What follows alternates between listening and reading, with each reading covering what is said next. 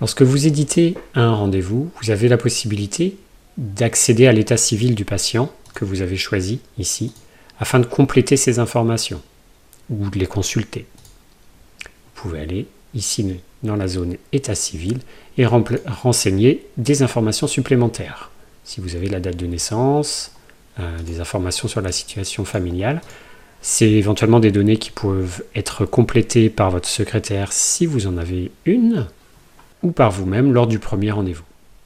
Un autre moyen d'accéder à cet endroit va être depuis la consultation. Vous avez ici cette petite icône état civil qui vous amène sur le même formulaire.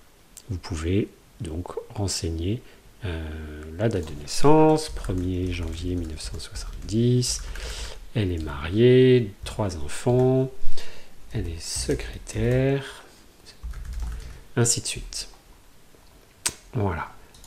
Ici, adressé par défaut, la liste est vide, mais si vous mettez par exemple adressé par Dr Gemal et que vous enregistrez les informations, on peut avoir ensuite dans cette liste la liste des personnes nous ayant adressé des patients.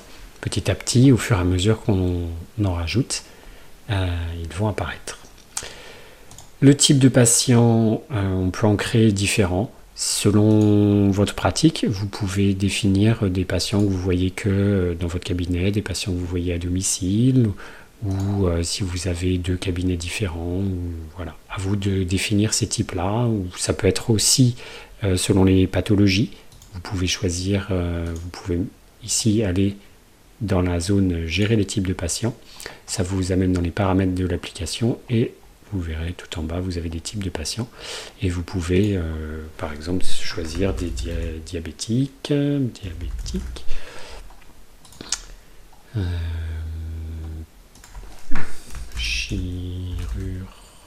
chirurgie bariatrique.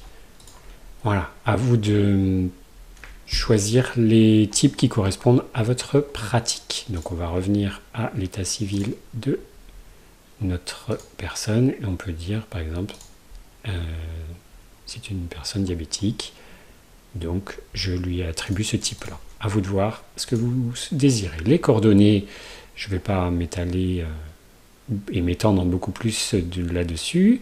Vous pouvez les modifier si jamais la personne change de numéro de téléphone ou d'adresse email. Vous pouvez activer à cet endroit-là le rappel des rendez-vous par SMS ou par email. Et vous avez la liste des rendez-vous qui ont déjà été créés. Et, quand il y a des rappels, vous avez l'information également du rappel, quand est-ce qu'il a été envoyé par email ou par SMS. Voilà. Si une personne vous dit « je n'ai pas reçu mon SMS », et qu'ici c'est indiqué que oui, a priori, il y a un petit souci. On peut également supprimer un patient, ça supprimera l'ensemble de ses rendez-vous. Donc c'est quelque chose à faire avec précaution. Même chose si on revient à l'agenda et que vous souhaitez supprimer un rendez-vous, vous cliquez dessus, soit sur éditer, soit sur le petit titre ici, et vous avez une case à cocher, supprimer ce rendez-vous. Voilà pour l'état civil. Si vous souhaitez accéder à l'état civil d'un patient qui n'a pas de rendez-vous visible, vous avez l'onglet patient. Vous pouvez rechercher, soit vous avez une liste de tous les patients où vous pouvez affiner en tapant quelques lettres. Si vous tapez Mime, voilà, vous avez Madame Mima. Vous pouvez aussi taper un morceau donc, du nom, du prénom ou de l'adresse email ici, ainsi que restreindre les affichages par la personne ayant adressé le patient. Voilà. Donc si on reprend les personnes envoyées par le Dr Gemal, nous avons Jacqueline Diabète. Et on peut accéder à son état civil.